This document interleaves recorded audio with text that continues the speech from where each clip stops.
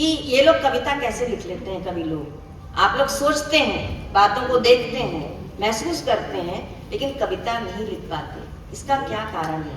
वो कारण होता है केवल श्रोताओं दृष्टि की विलक्षणता। जिन दृश्यों को देखकर, जिन घटनाओं को देखकर आप आगे बढ़ जाते हैं, उन्हीं दृश्यों पर हम रुकते हैं, चिंतन करते हैं, मनन करते हैं। और जैसे ये किशोर पारिक जी आपके सामने रखते हैं, सब लोग उसे महसूस करते हैं, हमें मालाएं पहनाई जाती हैं। दो दोहे सुनाती हूँ, कैसे दृष्टि की विलक्षणता है।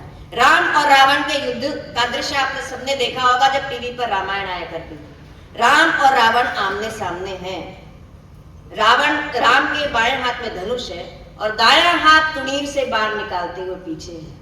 इस दृश्य को जब सबने देखा तो कुछ भी नहीं हुआ, लेकिन इस दृश्य को जब एक कवि ने देखा तो राम के बाएं हाथ और दाएं हाथ में संवाद करा दिया। देखिए श्रोता जो चीजें बोल नहीं सकती उन्हें भी वाणी दे दे, ये कवि का कौशल होता है।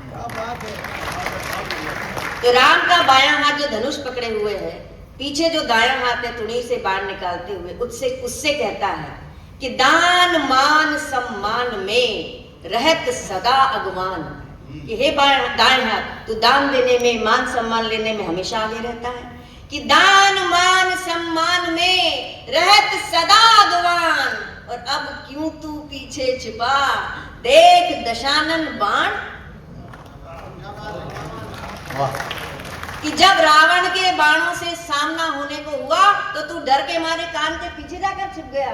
तो राम के दाएं हाथ में जो पीछे है, उसने दाएं हाथ को जो जवाब दिया वो कवि की दृष्टि की विलक्षणता लगे। तो ऐसी तालियां बजाना अभी तक इस कवि सम्मेलन में जो अभी तक ना बजी हो। राम का दायां हाथ बाएं हाथ से कहता है कि श्री राम के कान में पूछत हूं एक बात, कि मैं डर के मारे पीछे नहीं गया, कुछ बात पूछने गया हूं।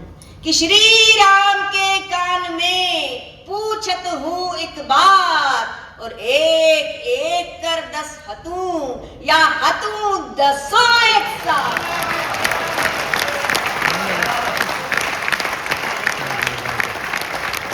बस इसी दृष्टि की विलक्षणता की चमक देखने के लिए श्रोताओं आप रात भर बैठते हैं। कि पूरे कवि सम्मेलन में अगर एक पंक्ति भी ऐसी मिल गई जो हमारे जीवन को एक कदम आगे बढ़ा दे तो हम धन्य हो जाएं। और हम कवि लोग भी यही कोशिश करते हैं कि कुछ ऐसा सुनाकर जाएं जो आपको याद रहे।